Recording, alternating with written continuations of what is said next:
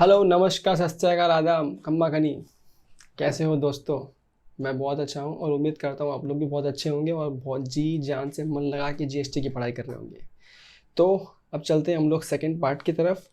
I hope you remember हम लोग क्या पढ़ रहे थे। We were studying supply under GST. Already एक पार्ट अपन पढ़ चुके हैं, सेकेंड पार्ट में आ जाते हैं। अच्छा, सेकेंड पार्ट में आने के पहले फर्स्ट पार्ट में अपन ने पढ़ा क्या था। We have studied section number 7(1)A and 7(1)B। ठीक है, अपन ने ये दो चीज़ पढ़ी थी जहाँ पे हमने सीखा था सप्लाई का मतलब क्या होता है। सप्लाई मतलब all forms of barter, exchange, transfer, rentals and everything. ठीक है, फिर हमने स्टडी किया था इम्पोर्ट ऑफ सर्विसेज के बारे में। ठीक है, अब अपन क्या सीखने वाले हैं। अच्छा, अगर आपको याद हो तो अपन ये चार्ट को देख रहे थे लास्ट टाइम, दोबारा इस चार्ट पे आ जाते हैं एक बार।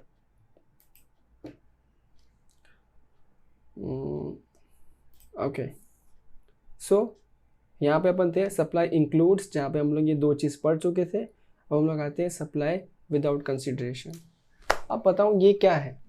ये कुछ चार कैटेगरी ऐसी है। अभी तक अपन ने क्या सीखा है, सिंपल सेंस में अब तक अपन ने ये सीखा है कि अगर कंसिडरेशन है तो ही हम लोग सप्लाई गिन रहे थे। फॉर एग्जाम्पल सिंपल सी कहानी है, अगर आपने अपने दोस्त को कुछ दे दिया फ्री में तो क्या है, तो थोड़ी वो सेल है।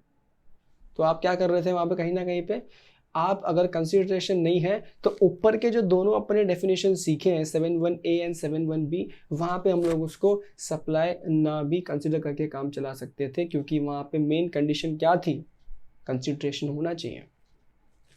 अब कुछ चार चीज़ें ऐसी हैं जो शेड्यूल 1 में लिखी हैं। उस शेड्यूल 1 में जो चार चीज़ लिखी है उन चार चीज़ों के हिसाब से अगर वो चार चीज़ों में से एक भी चीज़ों में फॉल होते हो तो आपका कंसिडरेशन नहीं है, फिर भी हम सप्लाई मान लेंगे। इंटरेस्टिंग है ना। देखो यहाँ पे अब चलते हैं इधर।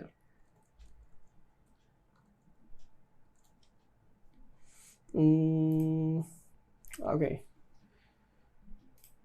चलो तो यहाँ देखिए, the activities specified in schedule 1 made और agreed to be made without a consideration.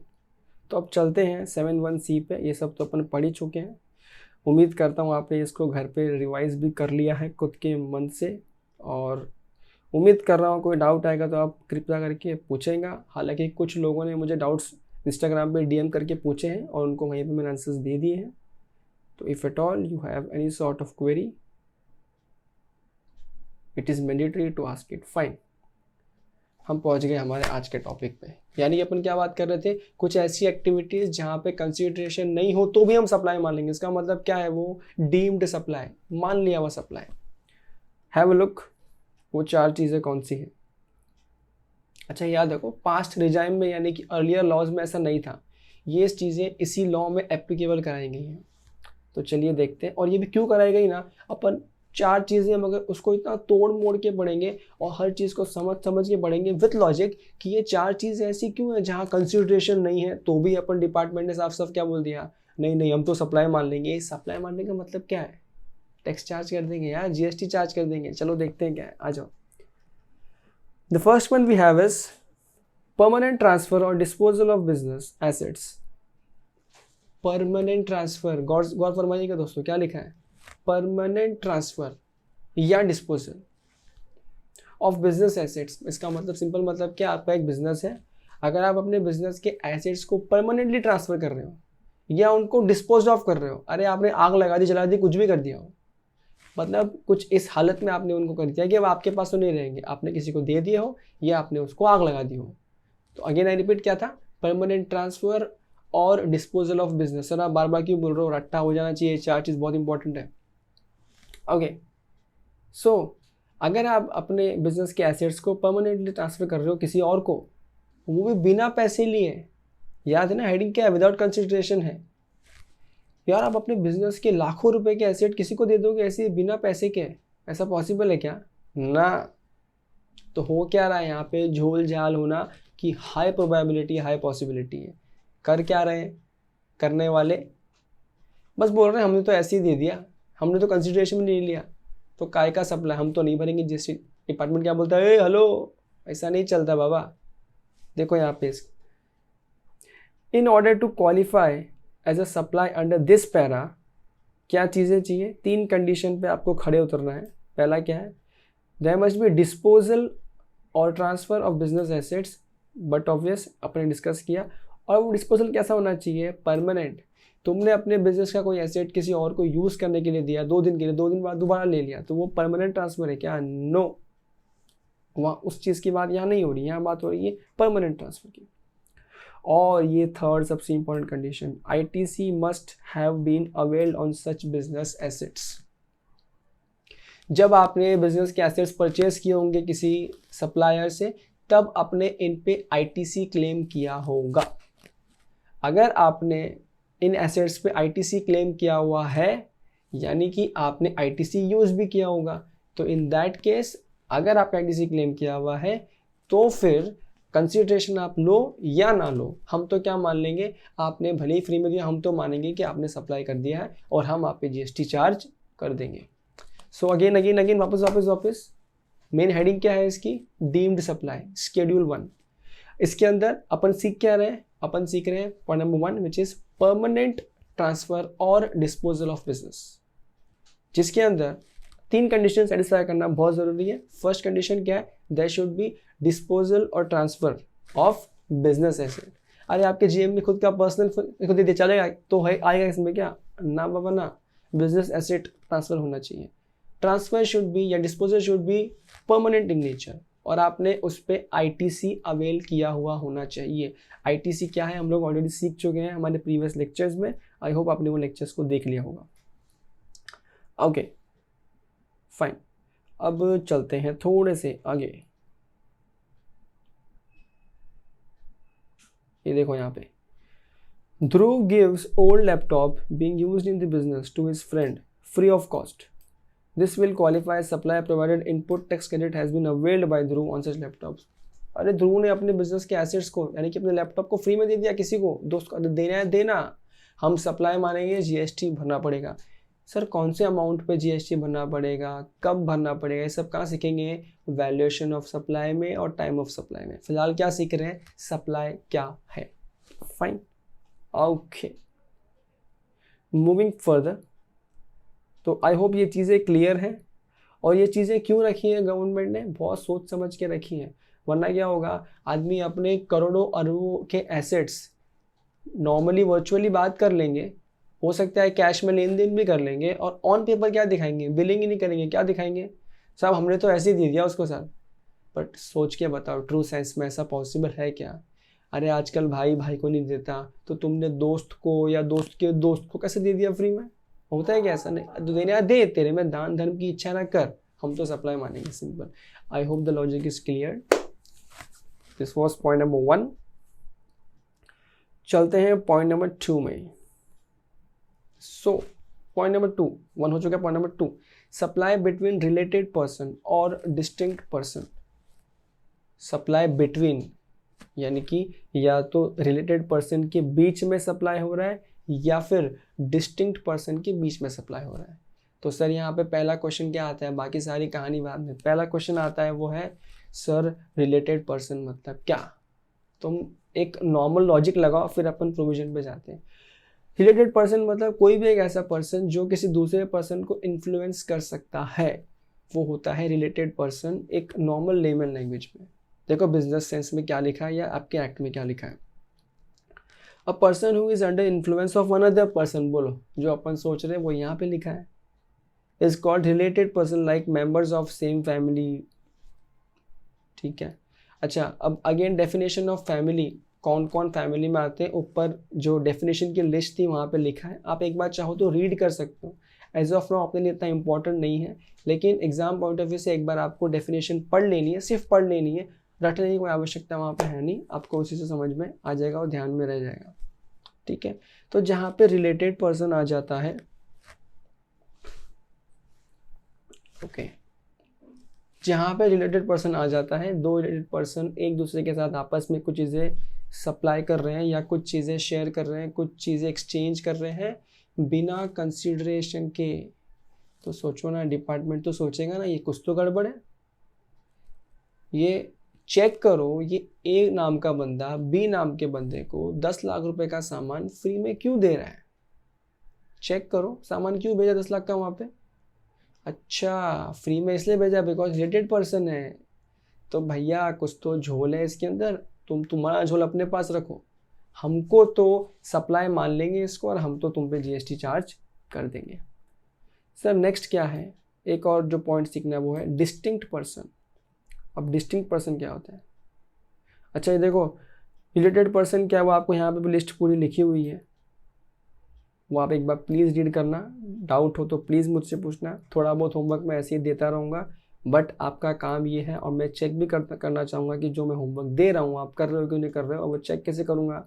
आपके इंस्टाग्राम के डीएम से या फिर कमेंट सेक्शन से। ओके तो कुछ जैसे एग्जाम्पल भी यहाँ पे दिया है, message Priya holds 30% shares of ABC limited and 35% shares of XYZ limited. इतने ज़्यादा क्वांटिटी के शेयर्स हम लोग होल्ड कर रहे हैं, एक प्रिया होल्ड कर रही है, तो यानी कि जिस कंपनी में होल्ड कर रही है एबीसी में और एक्सवाईजेड में, ये आपस में क्या हो गई?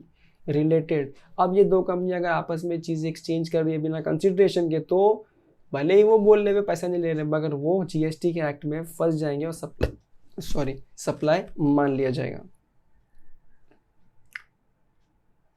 ये देखो यहाँ पे लिखा था a third person controls owns holds directly और इनडायरेक्टली मोर देन और इक्वल टू 25% वोटिंग शेयर्स। वहाँ तो 30 और 35% हो रहा था, ठीक है। अब एक बार रीड कीजिएगा उन पॉइंट्स को। अब हम चल रहे थे डिस्टिंक्ट पर्सन्स पे, रिलेटेड हो गया, अब चलते हैं डिस्टिंक्ट। डिस्टिंक्ट पर्सन क्या होता है, कान खोल के सुनना, थोड़े से प्रोविजन सीखने पड़ेंगे आपको रजिस्ट्रेशन वाले चैप्टर के भी, वो चैप्टर फुल फ्लेज आगे आएगा, बट हल्का सा ग्लिम्स वहाँ पे यहाँ पे आप लेके रखो। देखो जीएसटी में सिस्टम क्या है ना, आप जितने भी स्टेट में अपने बिजनेस को कर रहे हो वो सारे ही स्टेट्स में आपको इंडिविजुअली जीएसटी नंबर्स के लिए अप्लाई करना पड़ता है। फॉर एग्जांपल आपका एक ऑफिस महाराष्ट्र में है और आपका एक ऑफिस गुजरात में है, तो आपको महाराष्ट्र में भी जीएसटी नंबर लेना होगा, गुजरात में भी जीएसटी नंबर लेना होगा। माइंड इट, जहाँ जहाँ ऑफिस खोलोगे वहाँ वहाँ सेपरेट जीएसटी नंबर लेना होगा अगर आप टैक्सेबल गुड्स का सप्लाई कर रहे हो तो। सब डिटेल में आएगा बाद में, फिलहाल सिर्फ ग्लिम्स जान के रखो, ठीक है। अब वो रजिस्ट्रेशन अगर आप ले लेते हो तो सपोज महाराष्ट्र का से आप कुछ सामान भेज रहे हो गुजरात वाले ऑफिस में, भले ही अब वो सामान आपस में भेज रहे हो, it is as good as खुद को ही सामान भेज रहे हो, खुद ही के ऑफिस को सामान भेज रहे हो, और खुद ही की ऑफिस में जब सामान भेजोगे तो क्या आप कंसिडरेशन चार्ज करोगे? या सपोज करते भी हो तो that would be a nominal consideration और a full fledge consideration, but obvious nominal या फिर कोई जोल जाल वाला कंसिडरेशन। तो इन दैट केस डिपार्टमेंट साफ साफ क्या बोलता है, बॉस अगर आप डिस्टिंक्ट हो, डिस्टिंक्ट मतलब क्या है, आप दोनों एक ही तो हो, यहाँ पे भी आप हो वहाँ पे भी आप हो, तो हम कैसे भरोसा कर ले कि आप सेल नहीं कर रहे? तो डिपार्टमेंट ने क्या बोला, हम तो भैया सप्लाई मानेंगे इसको, ठीक है, हम तो सप्लाई मानेंगे, तुम आईटीसी वाईटीसी जो क्लेम करना है तुम करना, कोई दिक्कत नहीं है, हम तो यहाँ से सप्लाई मानेंगे, तुम सप्लाई मान के तुम जीएसटी भर दो और हमको मुक्त करो इस टेंशन से, ठीक है। एक तो हुआ ये कंडीशन। दूसरी केस में क्या होता है, distinct person, where is my handkerchief, I don't know, okay never mind, excuse me for that. Okay so हम लोग चल रहे थे कहाँ पे, एक तो हुआ है distinct person state to state. दूसरी कंडीशन क्या होती है, सपोज आपकी महाराष्ट्र में ही 3 ऑफिस है, तो क्या आपको 3 ऑफिस के लिए 3 नंबर लेना होगा जीएसटी का? The answer is no. तो सर लेकिन फिर भी हमारी इच्छा है तो हम ले सकते हैं क्या? The next answer is yes. Conditions आपको मन करता है तो आप खुद से लो, वरना कोई ज़बरदस्ती नहीं है। कुछ बिजनेसेस ऐसे हैं जहाँ पे कंपल्शन होता है, वो हम लोग बात करेंगे रजिस्ट्रेशन वाले चैप्टर में, बट नॉर्मल सिचुएशन पे it is not compulsory, it is not mandatory, it is not ज़बरदस्ती। लेकिन अगर आप ले लेते हो तो आप डिस्टिंक्ट पर्सन के उस डेफिनेशन में आ जाओगे, भले आप सेम स्टेट में हो, ठीक है। और अगर आप डिस्टिंक्ट पर्सन में आ गए तो जो आपस में चीज़ एक्सचेंज हो रही है वहाँ पे क्या होगा, सप्लाई मान लिया जाएगा, भले ही वो किसके बिना है, कंसिडरेशन के बिना है। I hope the things are clear now, ठीक है। एक काम करते हैं, फटाफट से क्विक थ्रू रिवाइज करते हैं डिस्टिंक्ट एंड रिलेटेड पर्सन को। सबसे फर्स्ट पॉइंट क्या था हमारा, मेन पॉइंट क्या है यहाँ पे, ध्यान से देखो, ध्यान से देखो, देखो देखो देखो, मेन पॉइंट है सप्लाई बिटवीन रिलेटेड पर्सन या फिर डिस्टिंक्ट पर्सन। रिलेटेड पर्सन कौन है, इन्फ्लुएंशियल या कोई ऐसा बंदा जो इन्फ्लुएंस कर रहा है या इन्फ्लुएंस कर सकता है पर्टिकुलर कैटेगरी में, उस कंडीशंस के अंदर ये जो दो बंदे हैं जो रिलेटेड है आपस में, अगर ये लोग एक दूसरे को कुछ चीज़ें लेन देन कर रहे हैं तो हम लोग उसको सप्लाई मान लेंगे, भले ही वो बिना कंसिडरेशन के हैं। डिस्टिंक्ट पर्सन क्या था? डिस्टिंक्ट पर्सन मतलब आप ही हो, आप ही का दूसरा ऑफिस है, हो सकता है वो दूसरे स्टेट में, हो सकता है वो सेम स्टेट में हो। इन दैट केस अगर आप अपने ही जीएसटी नंबर से अपने ही दूसरे जीएसटी नंबर पे चीज़ें भेज रहे हो, हम लोग क्या मान लेंगे? सप्लाई मान लेंगे। लेकिन यहाँ पे एक पॉइंट ध्यान से सुनो, अगर मेरा अपने ही स्टेट में 3 ऑफिस है या 4 ऑफिस है और मेरे पे कंपल्शन तो है नहीं, फिर भी अगर मैं ले लेता हूँ 4 नंबर और इंटरनली ब्रांच ट्रांसफ़र कर रहा हूँ तो भी सप्लाई मानना अनिवार्य है, उसको सप्लाई मानेंगे। कई लोग इस पे बहस करते हैं, अरे मैं भाईंदर की ऑफिस से अपने मियाँ रोड की ऑफिस में तो भेज रहा हूँ, सप्लाई क्यों मानूँ? अरे बेटा, अगर तूने सेपरेट रजिस्ट्रेशन लिया है तो फंस जाएगा ना। या तो आप क्या करो, 4 ऑफिस से रजिस्ट्रेशन एक ही लो, बिकॉज जीएसटी के रूल में अवेलेबिलिटी है कि आप चाहो तो पूरे स्टेट में एक नंबर से काम चला सकते हो। सिंपल है। अगर आप एक नंबर से काम चलाते हो तो आपको branch transfer, internal branch transfer के लिए सप्लाई नहीं माना जाएगा। लेकिन अगर आप डबल नंबर सेपरेट्स रखते हो तो इन दैट केस सप्लाई मान लिया जाएगा। आई होप इतना डिस्कशन काफ़ी है इस पॉइंट के लिए, और अगेन हम लास्ट में एक बार पूरा का पूरा रिविजन कर लेंगे तो चीज़ें माइंड में सेट हो जाएंगी। ओके, डिस्टिंक्ट पर्सन हमने सीख लिया है। देखते हैं और क्या हमने मार्क किया हुआ है यहाँ पे।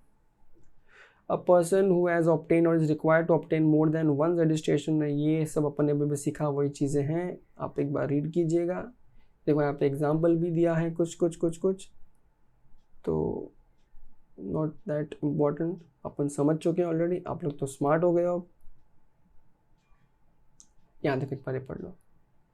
In view of the aforesaid discussion, transactions between different locations with separate GST registration or same legal entity, example stock transfer or branch transfer, will qualify as supply under GST as these are transactions between a distinct person. ठीक है, already अपन सीख चुके हैं, वही चीज़ें repeat telecast में चल रही हैं। ओके, यहाँ देखो ये एग्जाम्पल, मैंने इसको यहाँ पे इंपॉर्टेंट मार्क किया हुआ है अपनी गंदी सी राइटिंग में, तो आप देखो ध्यान से, हैव अ लुक। इस पे कुछ हल्के फुल्के डाउट होंगे, वो फिर रिवाइज हो जाएंगे। Raghubir fabrics transfers 1000 shirts from his factory located in Lucknow to his retail showroom in Kanpur so that the same can be sold from there. Obviously factory कहीं और है और शोरूम कहीं और है। फैक्ट्री कहाँ पे है? लखनऊ में, और शोरूम कहाँ है? कानपुर पे है। दोनों भी एक ही स्टेट में आता है। देखना ये है कि दोनों ने एक ही नंबर लिया है कि 2 नंबर लेके रखा है। It has taken one registration in the state of Uttar Pradesh, declaring Lucknow को उसने फैक्ट्री डिक्लेयर किया हुआ है as a principal place of business, और कानपुर शोरूम को एडिशनल प्लेस ऑफ बिजनेस। ये एडिशनल और प्रिंसिपल प्लेस क्या है आएगा एडिशन वाले चैप्टर हम पढ़ेंगे, फिलहाल इस चैप्टर के लिए काम का नहीं। Since no consideration is charged, supplier goods from factory to retail showroom in same state under single registration does not constitute supply। Easy repetition पे, बट माइंड इट, अगर ये इसने 2 रजिस्ट्रेशन लेके रखा होता तो ये जो ट्रांसफ़र हो रहा होता, भले ही तुम्हारा सेम स्टेट में हो रहा है, सेम कंपनी के लिए हो रहा है, फैक्ट्री से शोरूम में आ रहा है, सप्लाई मान लेते। सर आप एक ही बार कितनी बार बोलोगे एक ही चीज़, बस हो गया ना। मेरा मकसद है तुमको समझ में भी आ जाना चाहिए और अभी का भी याद भी हो जाना चाहिए। चलो अच्छा, अब यहाँ पे क्या है, यहाँ पे we have some sort of circulars. देखो सर्कुलर क्या है, देखो सर्कुलर मतलब हमेशा देखना सर्कुलर मतलब क्या होता है। Circular just means clarification, because department ने एक प्रोविजन बना दिया, उस पर एनालिटिकल व्यू दे दिया। स्टिल कुछ इंडस्ट्रीज में स्पेसिफिक कन्फ्यूजन्स होते हैं, वो कन्फ्यूजन्स लोग रेज करते हैं, जिसका डिपार्टमेंट बाद में सर्कुलर के फॉर्म में आंसर देता है। ठीक है, तो देखो क्या है, molds and dyes owned by original equipment manufacturers that are sent free of cost to a component manufacturer in course or furtherance of business do not constitute supply since they are not related person or distinct person and there is no consideration involved। क्या है sir ये? एकदम simple करके बताऊं, गणपति बापा बहुत नज़दीक है उन जो घर पे आने वाले हैं। हालांकि इस बार आई डोंट नो किस तरह से सेलिब्रेट होगा गणेश चतुर्थी, बट स्टिल आपने गणेश चतुर्थी सुना होगा, अगर आप मुंबई से लेक्चर देख रहे हैं, अगर आप कहीं और से देखें तो भी आपने कम से कम कभी ना कभी देखा जरूर होगा कि महाराष्ट्र में बहुत फेमस फेस्टिवल है गणेश चतुर्थी। अब यहाँ पे होता क्या है, फॉर एग्जाम्पल सपोज करो एक कंपनी है जो गणपति बापा की मूर्तियाँ बनाने का काम करती है, ठीक है। अब वो जो मूर्तियाँ बनाने का काम करते हैं वो सारा काम कंपनी खुद थोड़ी करती है, कंपनी तो यहाँ वहाँ से भी करवाती है। कई सारी चीज़ें ऐसी होती हैं कि आपको ये चीज़ें इस तरह से यहाँ से करनी है, हो सकता है आप कुछ चीज़ें कहीं और से करवा रहे हो। तो इन दैट केस क्या होता है, आपके कुछ कंपोनेंट मैन्युफैक्चरर्स होते हैं। कई बार ऐसा होता है कि हाथ एक पर्टिकुलर कोई और बना रहा होता है, पैर कोई और बना रहा होता है, फेस कोई और बना रहा होता है। इन दैट केस कहना इसे वो आपके कंपोनेंट बना रहे हैं, उस पर्टिकुलर मूर्ति के कंपोनेंट बनाए जा रहे हैं, और मेन एक जो मैन्युफैक्चरर है जो उस मूर्ति को प्रोड्यूस कर रहा है, मूर्ति को बना रहा है, वो एक सेपरेट पर्सन है। Now there are high chances कि हमें एक टिपिकल एक पर्टिकुलर काइंड ऑफ मूर्ति ही चाहिए जिसके हमें उसी तरह के हाथ, उसी तरह के पैर, यानी कंसिस्टेंसी चाहिए। हो सकता है मैंने क्या किया, मोल्ड्स, डाइज, ये होता है देखो ढांचा होता है, ढांचा जनरली मूर्तियाँ बनाने में ढांचे यूज़ किए जाते हैं कि हमको इस ढांचे की मूर्ति चाहिए, इस तरह की मूर्ति चाहिए। तो वो जो स्ट्रक्चर दिया जाता है एक माप के लिए, उसको मोल्ड्स या आप डाइस बोल दो, वो जो चीज़ें दी गई हैं उन कंपोनेंट बनाने वालों को, जो कंपनी ने कंपोनेंट वालों को वो चीज़ें दी हैं, सोच के बताओ क्या वो दोनों आपस में रिलेटेड पर्सन है? क्या वो दोनों आपस में डिस्टिंक्ट पर्सन है? नहीं ना। तो यहाँ पे क्योंकि रिलेटेड भी नहीं है और डिस्टिंक्ट भी नहीं है, तो डिपार्टमेंट ने क्लैरिफाई किया। डिपार्टमेंट ने क्या बोला, बॉस डोंट वरी, ये सप्लाई नहीं है, आप खाली डाइस दे रहे हो, सप्लाई का पार्ट नहीं बनेगा। I hope this things are clear. Next चलते हैं, सप्लाई ऑफ गुड्स और सर्विसेज और both between an employer and employee. देखो यहाँ भी आता है कंफ्यूजन, इसके लिए यहाँ पे ये पॉइंट आया। Services provided by an employee to the employer in the course of or in relation to his employment are not treated as supply। अब ये पॉइंट वापस आने वाला है डिटेल में शेड्यूल 3 में, अभी इसी चैप्टर में आएगा। फिलहाल के लिए जान के रखो कि एम्प्लॉयर एम्प्लॉय में भी क्या हो रहा है, एम्प्लॉय सर्विसेज दे रहा है किसको, अपने एम्प्लॉयर को। अपन ने पीछे ही सीखा था, गुड्स हो या सर्विसेज हो, अगर आप दे रहे हो किसी को तो आप जीएसटी में फंस जाओगे, यानी कि आप पे जीएसटी लिवाई हो जाएगा, सप्लाई मान लिया जाएगा। मगर डिपार्टमेंट ने क्लैरिफाई करके शेड्यूल 3 में लिख के साफ साफ बता दिया कि एम्प्लॉय और एम्प्लॉय का रिलेशनशिप है, और उन एम्प्लॉयमेंट के एग्रीमेंट के तहत अगर एम्प्लॉय को सर्विसेज दे रहा है एम्प्लॉय को, तो इन दैट केस हम उसको सप्लाई नहीं मानेंगे। ठीक है, ये आगे आएगा अब डिटेल में, बट फिलहाल इतना काफ़ी है इस पॉइंट के लिए। Gift by employer to employee, तुम्हें पता है ना कभी कभी एम्प्लॉयर गिफ्ट भी देते हैं एम्प्लॉय को, अच्छे अच्छे एम्प्लॉय को गिफ्ट भी देते हैं एम्प्लॉयर्स। एक बात बताओ, क्या गिफ्ट एम्प्लॉयर एम्प्लॉय के एम्प्लॉयमेंट के कॉन्ट्रैक्ट में लिखा होता है? क्या उस एम्प्लॉयमेंट लेटर में या ऑफर लेटर में लिखा होता है आपको साल भर में इतना इतना गिफ्ट मिलेगा, साल में आपको 4 आईफोन गिफ्ट देंगे, ऐसा कुछ लिखा होता है? नहीं। मतलब आई अगेन रिपीट, अगर एम्प्लॉई एम्प्लॉयर के रिलेशनशिप के एम्प्लॉयमेंट के एग्रीमेंट के बेसिस पे जो सर्विसेज एम्प्लॉय दे रहा है एम्प्लॉयर को, वहाँ तो सप्लाई नहीं है। डिपार्टमेंट ने क्लैरिफाई कर दिया साफ साफ। लेकिन डिपार्टमेंट ने ये भी बोल दिया कुछ चीज़ें एडिशनली अगर मिल रही हैं एज अ सर्विस या एज अ गुड्स, किसको, एम्प्लॉय को फ्रॉम एम्प्लॉयर, जो कि आपके एग्रीमेंट के अलावा मिल रही हैं, वो चीज़ क्या होती है, गिफ्ट। वहाँ पे डिपार्टमेंट ने बोला बाबा ये जो गिफ्ट है ना, ये सब बोलने की बातें होती है, कुछ ना कुछ यहाँ पे टैक्स इवेजन का झोल चलने वाला है। तो आप क्या करो, आपको जो भी आप एम्प्लॉयर अपने एम्प्लॉय को जो गिफ्ट देगा एम्प्लॉयर, हम लोग सीधा सप्लाई मान लेंगे उसको, क्योंकि गिफ्ट में क्या देगा, या तो पैसा देगा, मतलब या तो कोई पर्टिकुलर सामान दे देगा या पर्टिकुलर एक्स्ट्रा सेवाएं दे देगा, तो इन दैट केस सप्लाई मान लिया जाएगा। लेकिन थांबा सर, दिवाली आया, हम लोग दिवाली पूजा पे गए थे, वो कवर में सबको 2-2 हज़ार रुपये दे दिए उसने, आपके बॉस ने, और अब आपको डर लग रहा है कैसे लूँ, जीएसटी भरना पड़ेगा, कैसे लूँ कैसे।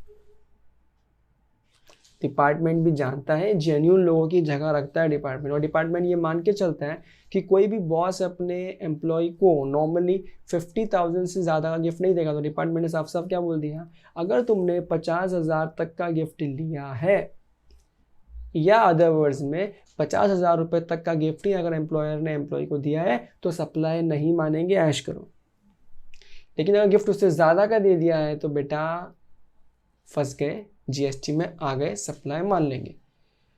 यहाँ पे एक क्वेश्चन और आता है, स्टूडेंट का क्वेश्चन क्या आता है, सर साल भर 51,000 का गिफ्ट आया तो 50,000 पे टैक्स लगेगा या 51,000 पे या 1,000 पे? द आंसर इज पूरे 51,000 पे। 50,000 कोई स्लैब लिमिट नहीं है, ठीक है, 50,000 तक का आएगा तो सब माफ है, 50 के ऊपर आया तो जितना आया पूरे सप्लाई मान लिया जाएगा। आई होप इतना काफ़ी है यहाँ पे इस पॉइंट के लिए भी। अच्छा, गिफ्ट मतलब क्या तुमको अच्छी से पता है, एक बार रीड करना। नेक्स्ट पॉइंट आता है perquisites by employer to employee.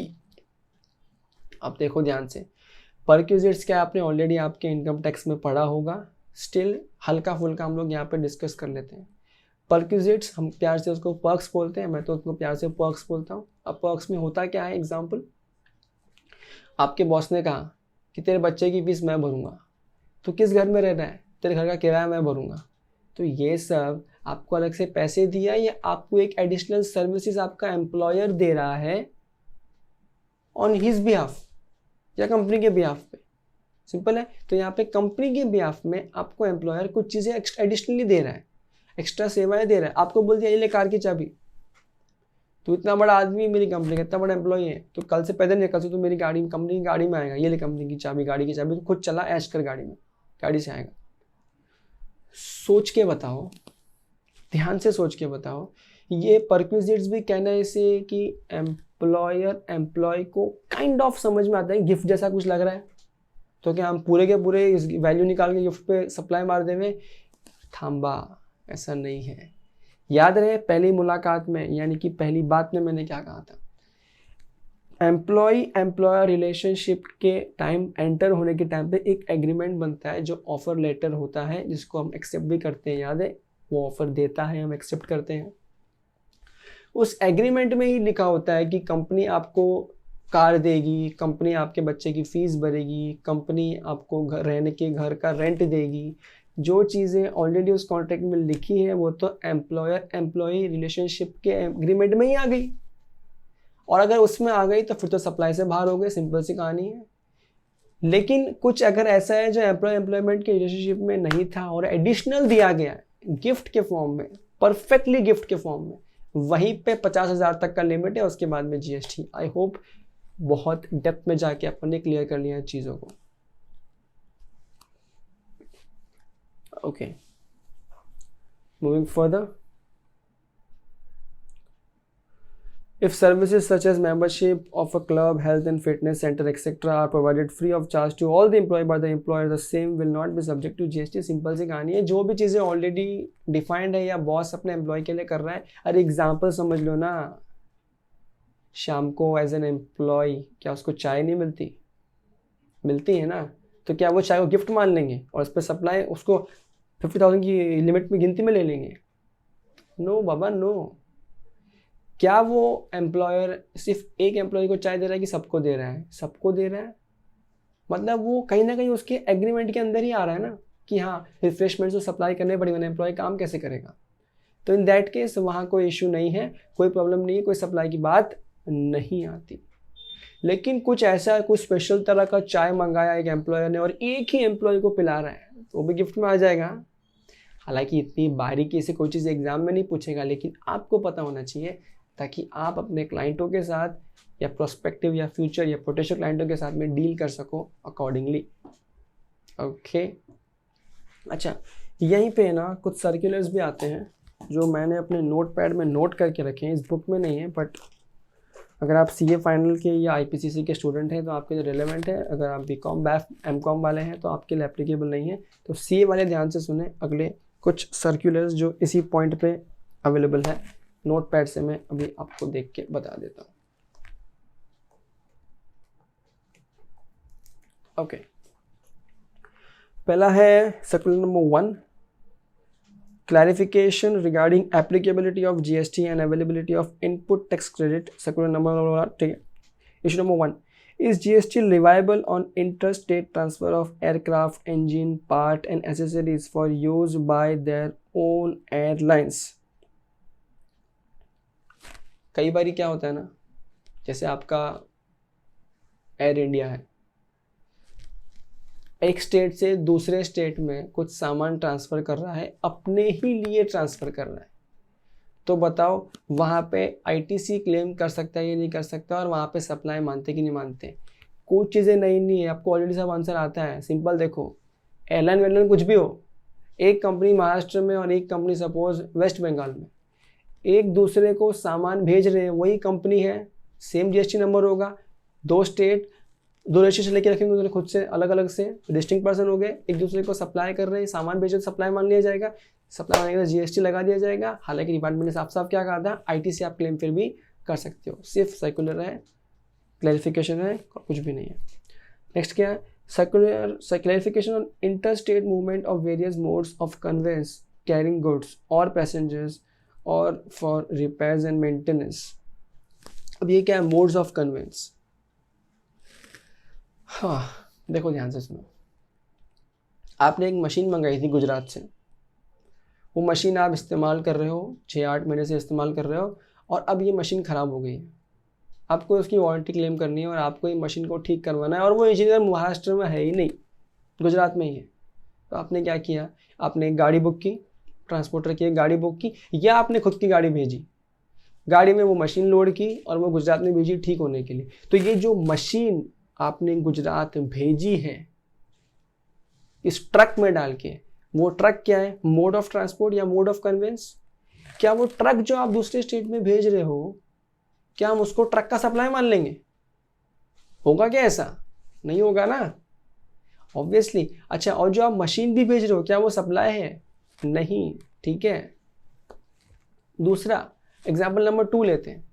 Suppose आप एक मशीन बनाते हो, अब आप ये मशीन बेच रहे हो, आपने ये मशीन बना के गुजरात में बेचनी है. अब बेचने के लिए डिलीवरी का जिम्मा आप ही का है, तो आपने खुद अपनी ट्रक में भेजा, आपने ट्रक बेच दिया ऐसा मान लोगे क्या? नहीं ना. क्या बोलोगे, मशीन बेचा, ट्रक तो क्या है, खाली मोड ऑफ कन्वेंस. तो क्या ट्रक भेजने को सप्लाई मान लेंगे? तो answer is no. Department clarify किया, कौन सी बड़ी बात है, तुमको ऑलरेडी पता था ये चीज. तो हमेशा ध्यान रखना, सर्कुलर मतलब क्या है, clarification. Okay, next circular number 3 है मेरे पास. Clarification of inter state movement of bricks, tools, spares and all other goods on wheels like cranes etcetera. Again same चीज़ है, दूसरे स्टेट पे कुछ सामान सप्लाई हो रहा है, मूवमेंट हो रहा है, रिक्स का, टूल्स का, स्पेयर पार्ट का, उस चीज़ का, तो वहाँ पे क्या हम सप्लाई मान लेंगे? बॉस इंटर स्टेट है ना, खुद कोई भेजा डिस्टिंक्ट पर्सन है, सप्लाई मान लेंगे. काकी कहानी गई तेल लेने. याद रहे, सब में आईटीसी मिलेगा बिना किसी दिक्कत के, अनलेस वो आईटीसी ब्लॉक ना हो. सॉरी, ब्लॉक्ड आईटीसी क्या है, आईटीसी के चैप्टर में पढ़ेंगे. ठीक है, समझा यहाँ तक? अब फटाफट यहाँ का एक बार आप वीडियो को पॉज करो, दोबारा रिवाइज कर लो यहाँ तक का पार्ट, और फिर हम लोग आगे चलते हैं आगे वाले पार्ट में. ओके, चलते हैं नेक्स्ट टॉपिक की तरफ, वही डीम सप्लाई के अंदर point number 3, which is principal and agent. अब ये प्रिंसिपल एजेंट का कहानी बहुत सिंपल है. याद रहे अपन डिस्कस क्या कर रहे हैं, अपन डिस्कस कर रहे हैं जहाँ पे कंसिडरेशन नहीं है तो भी हम सप्लाई मान दे रहे हैं. ठीक है. अब यहाँ देखो ध्यान से, प्रिंसिपल एजेंट की कहानी को समझने के पहले आप ये समझ लीजिए कि ये प्रोविज़न सिर्फ और सिर्फ किस पे है, only for supply of goods and not for supply of services. मैं यहाँ पे मेरा पेन चेंज कर लेता हूँ. ओके, या so this is what, this is only for supply of goods and not for services. Services की बात यहाँ नहीं हो रही है. शेड्यूल 1 में वही चीज़ फॉल होगी जो गुड्स से कनेक्टेड होगी यहाँ पे, एजेंट और प्रिंसिपल की रिलेशनशिप में. तो आप शेड्यूल 1 में कोई बंदा कब फंसेगा, सप्लाई ऑफ गुड्स हो और सप्लाई विदाउट कंसिडरेशन हो. अच्छा, अब आई गेस आप लोगों को ये तो पता है कि प्रिंसिपल और एजेंट रिलेशनशिप होता क्या है. सिंपल सी कहानी है जहाँ पे मालिक कोई और है और कोई और बंदे की हेल्प से वो सामान बेचा जा रहा है। ऑक्शनर के केसेस में वो ऑक्शनर सामान बेचता है, क्या वो सामान उसका होता है? नहीं, सामान किसी और का होता है। नॉर्मल सिचुएशन पे जब आप कुछ चीज़ें सेल परचेज करते हैं, ये बॉटल है आप सेल परचेज करते हैं, क्या ओनर खुद जाके इसको बेचता है क्या? गली गली चौपारे चौपारे? नहीं ना। तो ये कौन बेचता है? एजेंट बेचता है। तो प्रिंसिपल एजेंट, हम लोग यहाँ पे यही बात करें, जब प्रिंसिपल गुड एजेंट को देता है सामने बेचने के लिए, या फिर जब एजेंट प्रिंसिपल की बिहाफ पे गुड्स लेता है, उस कंडीशन में सप्लाई कैसे माना जाता है।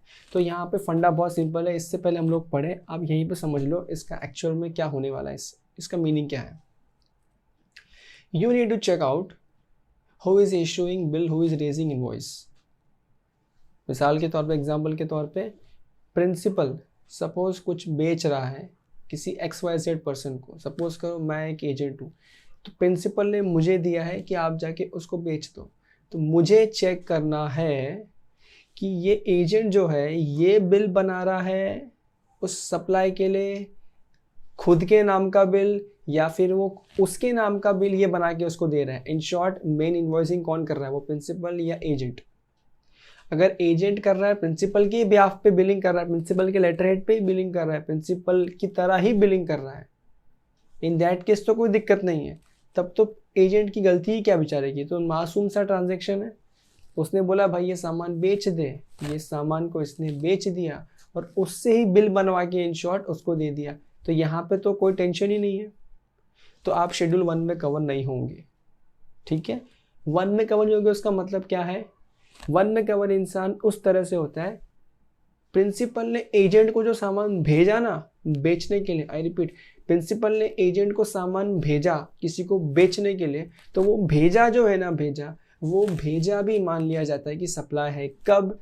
अगर वो एजेंट इनवॉइसिंग खुद के नाम पे करता है। आई होप इतना क्लियर है। I am repeating it once again, you need to check who is invoicing the bill.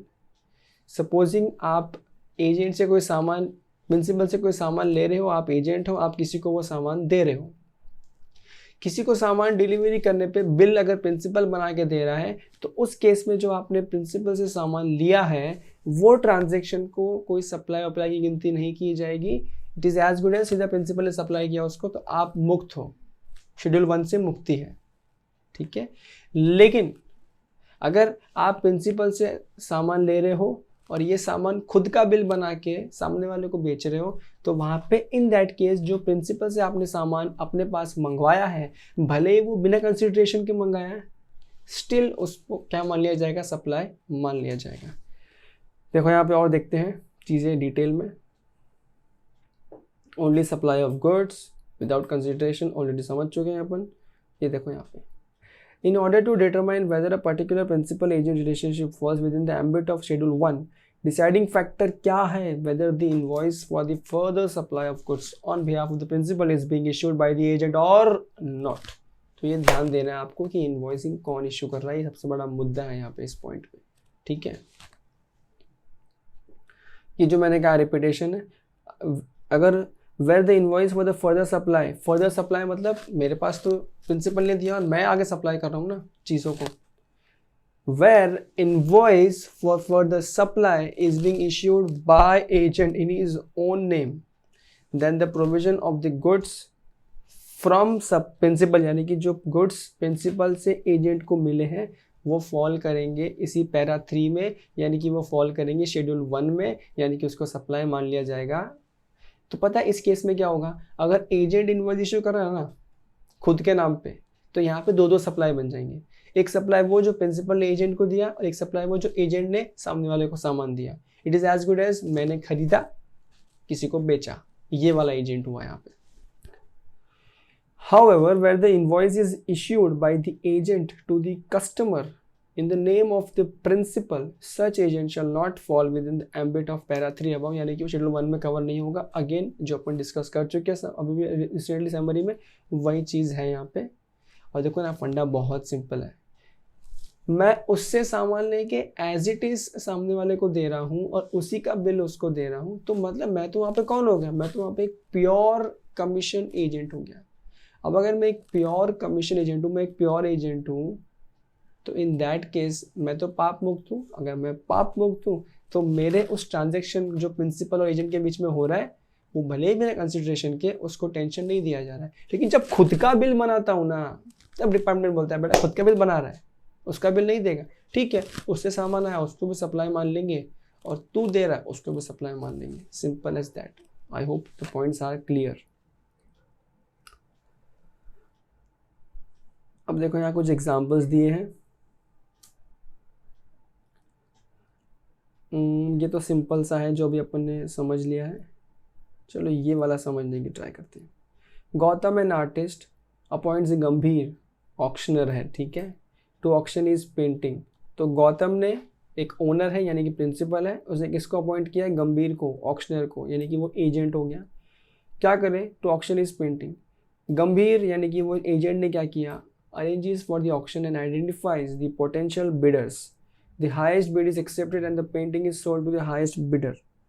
The invoice for the supply of the painting is issued by Gambhir on the behalf of Gautam. देखो देखो देखो, यही मेरा main point है। Invoice इस supply का, painting का किसने इशू किया, गंभीर, मतलब कौन, एजेंट। लेकिन किसके बिहाफ पे इशू किया, on behalf of Gautam, but in his own name, खुद के नाम पे इनवॉइस इशू किया, भले उसके बिहाफ पे किया बट खुद के नाम पे, इन शॉर्ट खुद के लेटरेट पे इशू किया, और पेंटिंग डिलीवर कर दिया बिडर को। दिस सिनेरियो, गंभीर जो एजेंट था, not merely providing auctioning services but is also supplying the painting on behalf of the Gautam. Simple सी कहानी, खुद इन्वॉइस बनाओगे तो फंस जाओगे। तो इसके लिए इसमें उसको कवर कर लिया गया शेड्यूल 1 के अंदर कि भाई अब शेड्यूल 1 में तो आ गया है, तो जो प्रिंसिपल से सामान ले रहा है हम उसको भी सप्लाई मान लेंगे। ऐसे ही बहुत सारे अच्छे अच्छे एग्जाम्पल दिए, आप कृपया करके इनको रीड कीजिएगा। नेक्स्ट है कुछ clarification, again clarification of issues pertaining to del credere agent. अब सर ये डेल क्रेडर एजेंट कौन सी बला का नाम है, ध्यान से सुनो।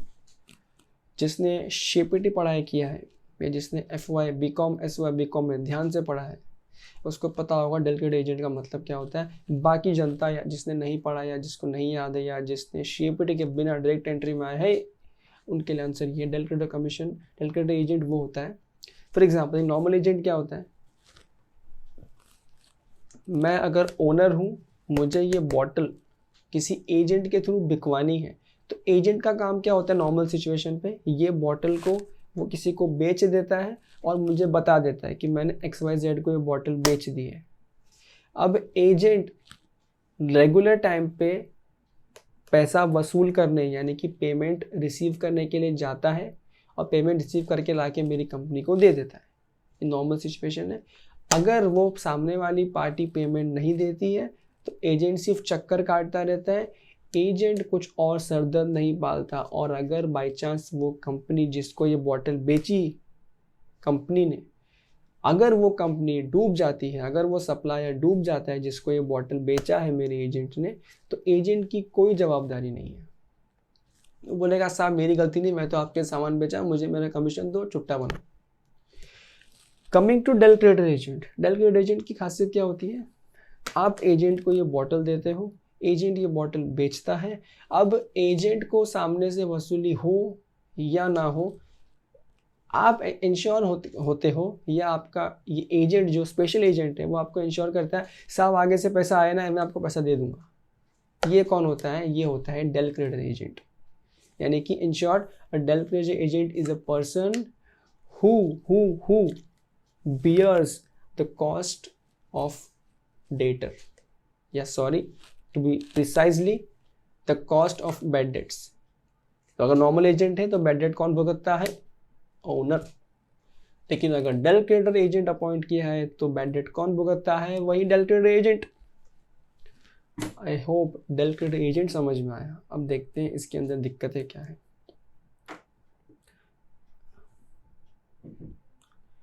In order to guarantee timely payment to the supplier, the DCA, Del Credit Agent, can resort to various methods including extending short-term transactions-based loans to the buyer or paying the supplier himself and recovering the amount from the buyer with some interest at a later date this loan is to be repaid by the buyer along with an interest to the DCA at a rate mutually agreed between DCA and buyer. Now, what's that? उसी bottle को पकड़ के चलते हैं, del crate agent की बात करते हैं। वो बॉटल उस एजेंट ने किसी को बेची, सपोज 3 महीने के उधार पे बेची। उसने मुझे तो वादा किया है कि मुझे वो टाइम पे पेमेंट कर देगा।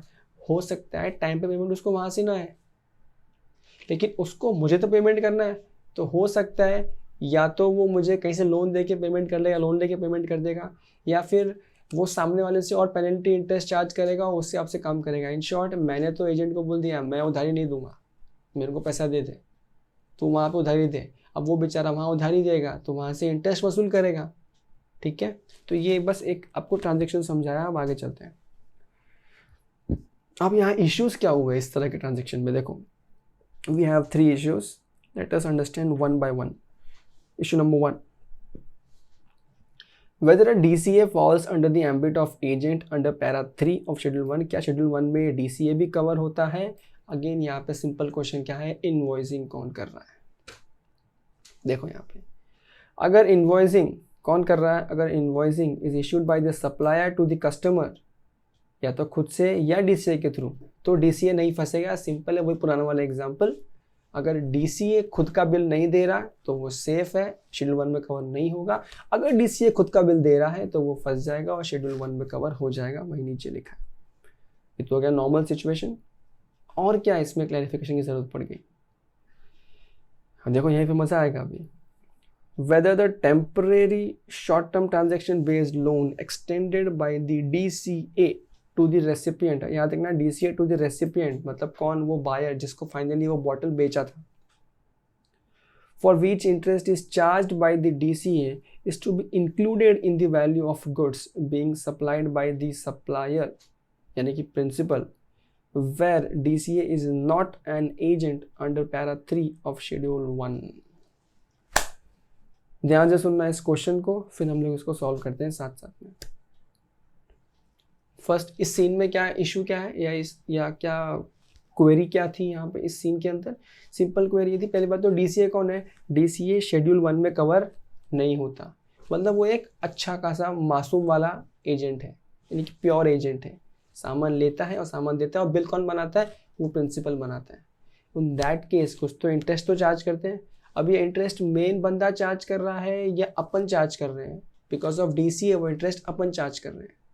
अब DCA अपन चार्ज कर रहे हैं तो इन दैट केस आपको ये बताना है कि इस केस में उस इंटरेस्ट का क्या होगा। तो देखो यहाँ पे it is clarified that in case whether DCA is not an agent under para, यानी शेड्यूल 1 में कवर नहीं होता है DCA, the temporary short term transaction based loan being provided by the DCA to the buyer is a supply of service by the DCA to the recipient on principal to principal basis and is an independent supply. Simple सी कहानी है ना boss, simple है। ध्यान से गौर फरमाओ, ध्यान से सुनो। क्या हुआ ट्रांजैक्शन में? DCA प्योर एजेंट था, सामान लिया, उसी के नाम पे बिल इसको दे दिया, मैं तो ट्रांजैक्शन से मुक्त हो गया। वो तो सप्लाई के अकाउंट में नहीं है, शेड्यूल 1 में तो बच गया, शेड्यूल 1 में कवर्ज नहीं हो रहा है, मैं सेफ हूँ। लेकिन वो जो इंटरेस्ट चार्ज किया, अब उस इंटरेस्ट का क्या करूँगा? अब वो इंटरेस्ट इंडिपेंडेंट ट्रांजेक्शन हो गया ना, तो क्या उस इंडिपेंडेंट ट्रांजेक्शन के इंटरेस्ट को मेन वैल्यू ऑफ सप्लाई में ऐड करना चाहिए? ये क्वेश्चन था। The answer is no. क्यों नहीं ऐड करेंगे? बिकॉज अब जो इंटरेस्ट चार्ज कर रहा हूं सेपरेटली, वो एक सेपरेट ट्रांजेक्शन हो गया ना। नॉर्मल सिचुएशन होती, अगर वही इंटरेस्ट चार्ज करता तो सप्लाई में ऐड करते, बट वो पिक्चर में आ ही नहीं रहा है अब इस केस के अंदर। ये था इशू नंबर 1। बट अब इशू नंबर 2 क्या होगा? जब मैं DCA एज ए DCA मैं फॉल कर रहा हूँ शेड्यूल 1 के अंदर, यानी कि वहां से सामान ले रहा हूँ, खुद के नाम पे बिल बना के उसको दे रहा हूँ। इन दैट केस अपन हमेशा क्या एज्यूम करते हैं कि मैंने, एजेंट ने सामान ओनर से परचेज किया, यानी कि वो भी एक सप्लाई, और मैं सामान किसी को बेच रहा हूँ, वो भी एक सप्लाई। अब देखो इस केस में इंटरेस्ट कैसे चार्ज होगा? जब शेड्यूल 1 में कवर हो गया हूँ तो यहाँ तो ये मेरी सप्लाई मानी जाएगी। तो जब मेरी सप्लाई मानी जाएगी तो वो जो इंटरेस्ट है वो भी सप्लाई में ऐड किया जाएगा, वैल्यू ऑफ सप्लाई में ऐड किया जाएगा। समझ में आ रहा है यहाँ पे? अच्छा, अब यहाँ पे कुछ क्लैरिफिकेशन है जो आपके एग्जाम्पशन वाले चैप्टर में वापस आने वाला है, बट अब यहाँ लिखा है तो मैं सिर्फ आपको बता रहा हूँ। कवरेज यहीं तक का था, क्लैरिफिकेशन वहीं तक का था। आगे ये एग्जामिनेशन की लिस्ट में कवर होता है, बट अपन यहाँ पे आ गए तो हल्का सा सीख लेते हैं। फर्स्ट केस में जहाँ पे DCA एक मासूम था, अपने एग्जाम्पल के पॉइंट ऑफ व्यू से एक मासूम था जो उसी के नाम पे बिल इसको दे रहा है और इंटरेस्ट चार्ज कर रहा है, तो वो कहने से वो सिर्फ लोन का ब्याज कमा रहा है, वो लोन का ब्याज एग्जेम्प्टेड है GST से। भले ही सप्लाई है लेकिन वो सप्लाई एग्जेम्प्टेड है। लेकिन केस नंबर 2 के अंदर जहाँ पे DCA शेड्यूल 1 में फॉल कर रहा था, अब इसको खुद की सप्लाई मान रहे हैं उस गुड्स को। इस केस के अंदर वो जो इंटरेस्ट वसूली हो रहा है वो वैल्यू ऑफ सप्लाई में ऐड हो रहा है, तो इस केस में इंटरेस्ट एग्जेम्प्ट नहीं है। एग्जेम्प्ट सिर्फ किस में, लोन्स या एडवांसेस या उसके बेसिस पे ही कुछ इंटरेस्ट कमा रहे हैं वो एग्जेम्प्ट है। आपकी सप्लाई पे, आपके सेल पे इंटरेस्ट कमा रहे हैं उस पर एग्जेम्पशन नहीं है।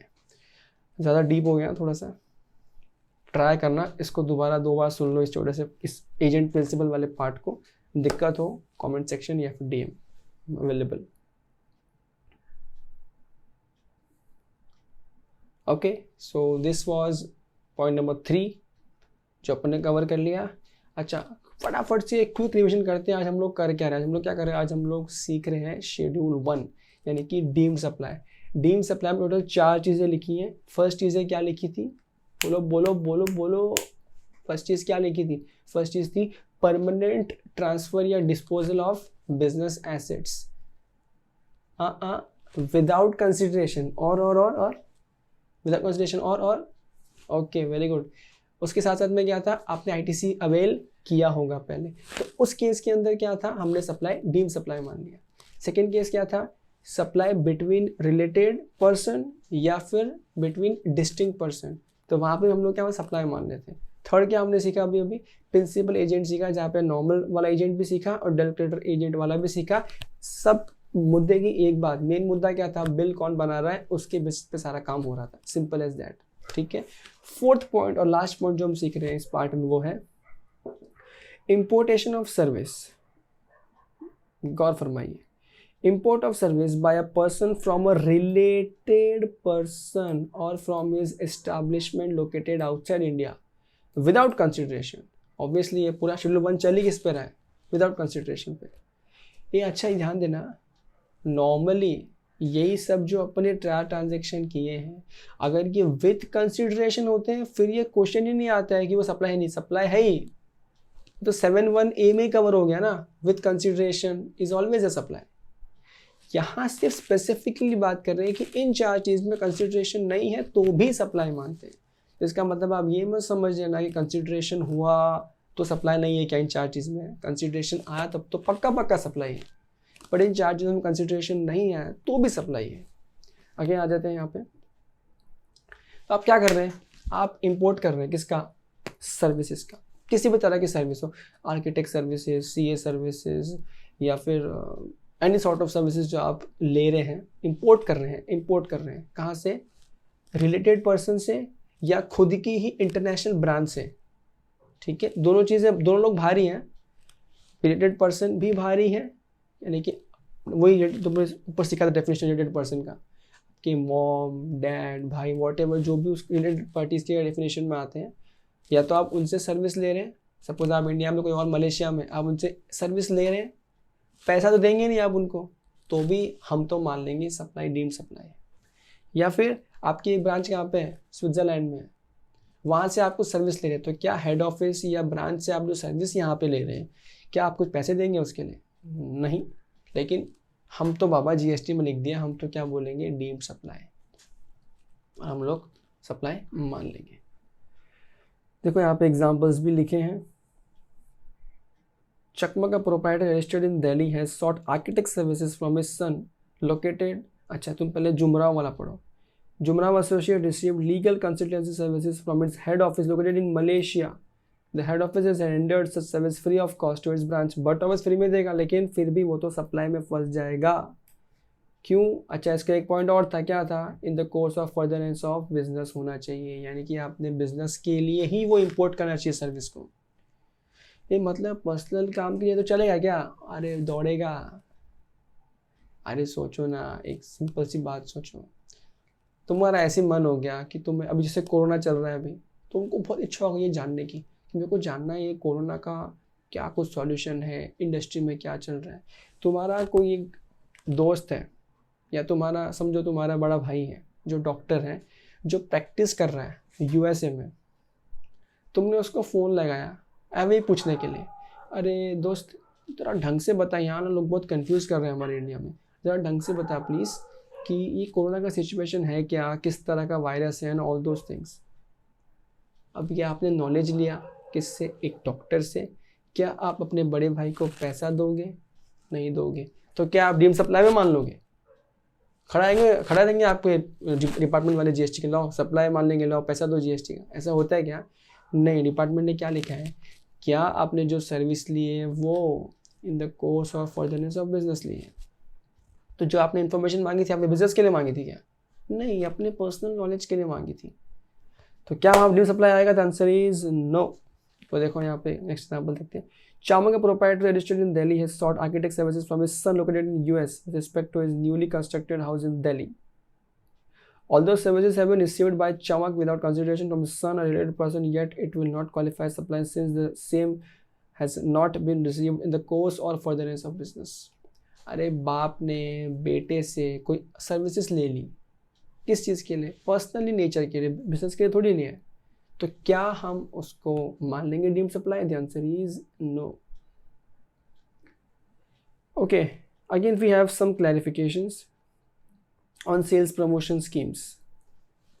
As we have already seen that as per section 71A, the goods or services which are supplied free of cost without any consideration shall not be treated as supply except in case of activity mentioned in schedule 1.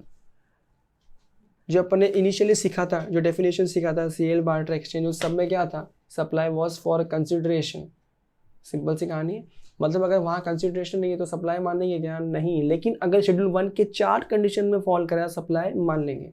In short और better word बोलो तो passive voice में क्या बन जाएगा? कोई भी चीज़ जो 71A में लिखी थी या कोई भी ट्रांजेक्शन जहाँ पे कंसिडरेशन नहीं आ रहा है और वो शेड्यूल 1 के 4 चीज़ों में फॉल भी नहीं कर रहा है, वहाँ पे हम लोग कभी भी उसको सप्लाई नहीं मानेंगे। फॉर एग्जाम्पल देखो यहाँ पे free sample, free sample and gift की बात करते हैं। आप जो फ्री सैम्पलिंग या फ्री गिफ्टिंग कर रहे हो, कोई कैंपेन चलाया, फ्री में कुछ चीज़ें मेडिसिन या कुछ बांट दिया, कुछ भी फ्री बांट दिया, बच्चों को फ्री में बुक्स बांट दी, क्या उस फ्री सैम्पलिंग पे हम जीएसटी लगा सकते हैं, सप्लाई मान सकते हैं? घाई मत करो, ध्यान से सोचो। क्या आपने सेल बार्टर एक्सचेंज कुछ भी किया है? नहीं। क्या आपने जो ये बांटा अगेंस्ट सम कंसिडरेशन बांटा है? नहीं। एक बार क्या सोचो, चलो आपने ट्रांसफर किया, लेकिन क्या आप कंसिडरेशन लिया है? नहीं। तो डेफिनेशन में तो फॉल नहीं होगा। डेफिनेशन के लिए तो बाहर निकल गया, वहां से सप्लाई ग्रीन चिट होकर निकल गया, सप्लाई नहीं है। अब आपको शेड्यूल 1 के 4 कंडीशन चेक करनी है, या 100% से भी नहीं आया है, चेक करना है। अगर ये फ्री गिफ्टिंग रिलेटेड पर्सन को दे रहे हो तो आप शेड्यूल 1 में कवर हो जाओगे। आपने चारों चीज़ देख ली, रिलेटेड पर्सन से भी नहीं आया, डिस्टिंक्ट पर्सन का भी नहीं है ट्रांजैक्शन, ये ट्रांजैक्शन एजेंट प्रिंसिपल का भी नहीं है, और कोई इशू नहीं है। तो अगर ये चारों चीज़ में फॉल नहीं हो रहा है और आपने फ्री सैंपल या फ्री गिफ्टिंग दिया है तो चलेगा, वो सप्लाई नहीं है। नेक्स्ट एक आता है, ऑफर चलते हैं बहुत बार, बाय 1 गेट 1 फ्री ऑफर। आपको सच में लगता है कि एक के साथ एक फ्री देते हैं? अरे वो 2 की बंडल कॉस्ट एक में लेते हैं और बोलते हैं कि एक फ्री। तो क्या वहाँ पे देखो, यहाँ पे तुमको दिखाता हूँ, taxability of such supply will be dependent upon as to whether the supply is a composite और मिक्स्ड। अच्छा, ये अपन पढ़ेंगे सेक्शन नंबर 8 के अंदर, तो थांबा इसको, फिलहाल तुम यहीं पे देख लो। It may appear at first glance that in case of offers like buy 1 और get 1, the one item is being supplied free of cost without any consideration. In fact, it is not an individual supply of free goods, but a case of 2 or more individual supplies where a single price is being charged. हालांकि वो चीज़ें वैसी है, लेकिन still अगर आप free भी मान लोगे, बिना कंसिडरेशन के भी लिया, तो भी क्या वो 4 चीज़ में फॉल कर रहा है, शेड्यूल 1 में फॉल कर रहा है? नहीं ना। तो इसका मतलब वो भी सप्लाई नहीं है। आई होप ये चीज़ें क्लियर हैं। इस पूरे पार्ट में हमने सिर्फ और सिर्फ शेड्यूल 1 ही सीखा है और उसके चारों कंडीशंस या चारों पॉइंट्स सीखे हैं। तो आपसे निवेदन है, आप इस पूरे के पूरे लेक्चर को चाहे तो दोबारा देखिए, इसको रिवाइज कीजिए, डाउट हो तो DM कीजिए, कमेंट सेक्शन में लिखिए। वीडियो अच्छा लगे तो शेयर कीजिए, सब्सक्राइब तो आपको कर ही लेना चाहिए। इसी तरह के वीडियोस आते रहेंगे और हम लोग इसी तरह से GST सीखते जाएंगे और आगे बढ़ते जाएंगे। मिलते हैं अगले वीडियो में, तब तक के लिए good bye, good luck, take care.